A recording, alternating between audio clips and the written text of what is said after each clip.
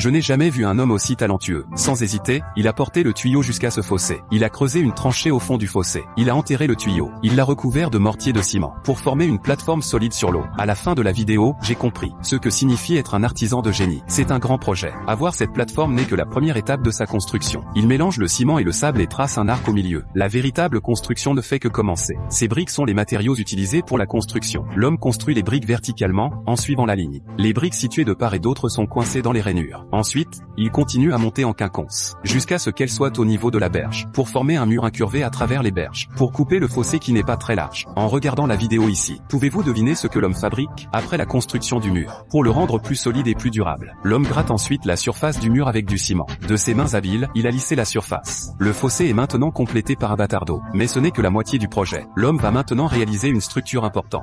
Voici la tranchée qui est en train d'être creusée. La forme de la tranchée n'est pas seulement inhabituelle. Il y a un trou profond à une extrémité. Il descend jusqu'à la plateforme située en dessous. Ce trou est perpendiculaire au trou plus profond situé au-dessus. À l'intérieur, un tuyau d'eau est placé dans chacun d'eux, pour former un canal à angle droit. Après le raccordement, on peut voir la forme de la tranchée a une structure en spirale. Afin de rendre la structure plus stable, les hommes ont cimenté les deux côtés, pour éviter que la terre ne se désagrège, pour que deux briques puissent être érigées dessus. Ces deux briques ont un rôle important à jouer. Ce côté est terminé. De l'autre côté de la berge, l'homme doit creuser une tranchée. Ce côté de la tranchée est beaucoup plus simple. Il suffit de la creuser au même niveau que le côté opposé. Il l'entaille et la recouvre de ciment. De ses mains habiles, il la recouvre. Et la surface est lissée. La structure principale du projet va prendre forme. Voici donc la vidéo. Vous devriez pouvoir voir ce que l'homme est en train de faire. C'est bien cela. Il s'agit d'un petit barrage hydroélectrique. Il va l'utiliser pour produire de l'électricité pour sa famille. Pour fournir de l'électricité à la famille. Un générateur à turbine est fixé au tuyau d'eau. Et un morceau de fer blanc est inséré comme une porte. Il est équipé d'un ascenseur électrique. Et le tuyau situé sous la plateforme a été fermé par un bouchon. Tout est donc prêt. Il est prêt à stocker de l'eau pour la production d'électricité. Le stockage de l'eau est terminé. À ce stade, l'homme active l'ascenseur automatique. Il ouvre la porte et trouve. L'eau s'engouffre par l'entrée de la porte et pénètre dans le réservoir. La conduite d'eau se décharge et frappe la roue à aube. Celle-ci entraîne le générateur.